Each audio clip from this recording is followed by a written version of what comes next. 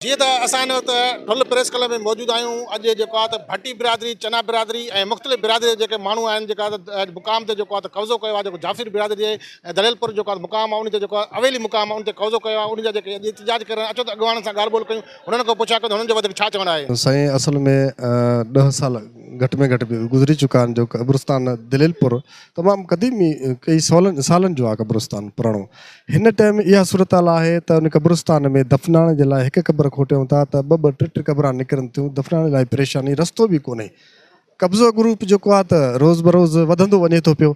ऐं हिन टाइम जॾहिं सॼे इलाइक़े जा माण्हू मुख़्तलिफ़ बिरादरियूं आहिनि, बिरोही बिरादरी आहे, भट्टी आहे, चना आहे, लाशारी बिरादरी आहे, जत बिरादरी आहे, उन सां गॾु ख़ुदि जाफ़री बिरादरी बि मौजूदु आहे। अच्छा, उन्हनि खे दफ़नाइण जे लाइ यकीन कयो हिन टाइम असांखे रस्तो बि कोन थो मिले। अहिड़ी समूरियूं गॾिजी करे जॾहिं एसी साहब वटि असां आयासीं ऐं एप्लीकेशन दायर कईसीं। एप्लीकेशन खां बाद में जेको आहे त एसी साहब लेटर जारी कयो तपेदार खे, यूसी रांझापुर ज़ुल्फ़कार ॿोड़े खे। उन पंहिंजी रिपोर्ट में क्लियर ॿुधायो आहे त 9 जरे 2 वेसा तक़रीबन ज़मीन ऐं खातो जेको सरकारी आहे। अॼु जेको आहे पंहिंजो लाश दफ़न करण जे लाइ विया हुआ ऐं उते जॾहिं हू हुननि खोटाई कई आहे त उते प्रॉपर जेको आहे लाश मिलिया आहिनि।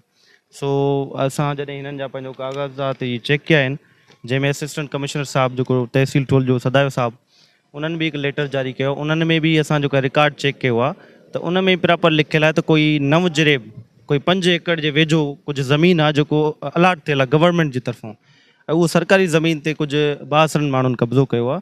सो इन हवाले सां असीं अगरि हीउ कब्ज़ो न हटाए वियो त पंहिंजो ॻोठाणा मिली करे हिकिड़ो 110 एप्लीकेशन या हिकु जनरल एप्लीकेशन असीं मूव कंदासीं पंहिंजो सिविल कोर्ट में, या असीं सेशन जज साहब खे अपील कंदासीं, ओॾे वञी अपीयर थींदासीं त जीअं हिननि जो जेको पंहिंजो कब्ज़ो आहे उहो ख़तमु कयो वञे। असांजो कब्रिस्तान जेको ॻोठ लाल भट्टी, महबूब चना, जागण चना ऐं सखी जो ॻोठ, इलाही सारा ॿिया नंढा नंढा ॻोठ आहिनि जंहिंजो इहो कब्रिस्तान आहे दलेलपुर जे नाले सां मिर्ज़ावाह जी कच्छ में आहे।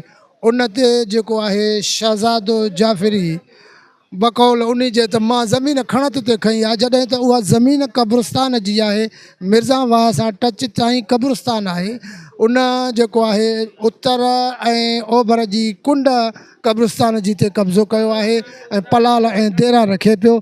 असां वस वारनि खे जेको आहे इहो अर्ज़ु कयूं था हुकुमराननि खे त महिरबानी करे जल्दी में जल्दी जेको आहे इहो कब्ज़ो ख़तमु कयो वञे। कब्रिस्तान असांजो दलेलपुर नज़दीक लाल भट्टी जे, हिन में हिकु सिर्फ़ु लाल भट्टी वारनि जो कब्रिस्तान आहे। हिन में 30-35 क़ौमूं आहिनि जेके पंहिंजे मैयत खे दफ़नाईंदा आहिनि। असां मुस्लमान, असांजो आख़िरत यकीन आहे त असां पंहिंजे मुस्लमान खे क़बर में दफ़नाईंदा आहियूं त उन में आख़िरत में इहो हिसाबु किताबु थींदो।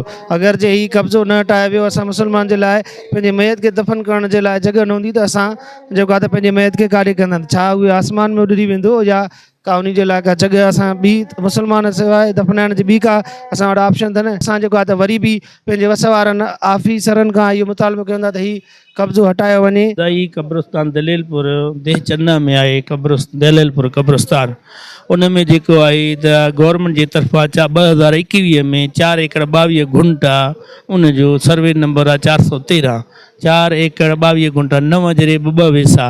हीउ जेको आहे खाते ते कब्रिस्तान जे नाले ते आहे।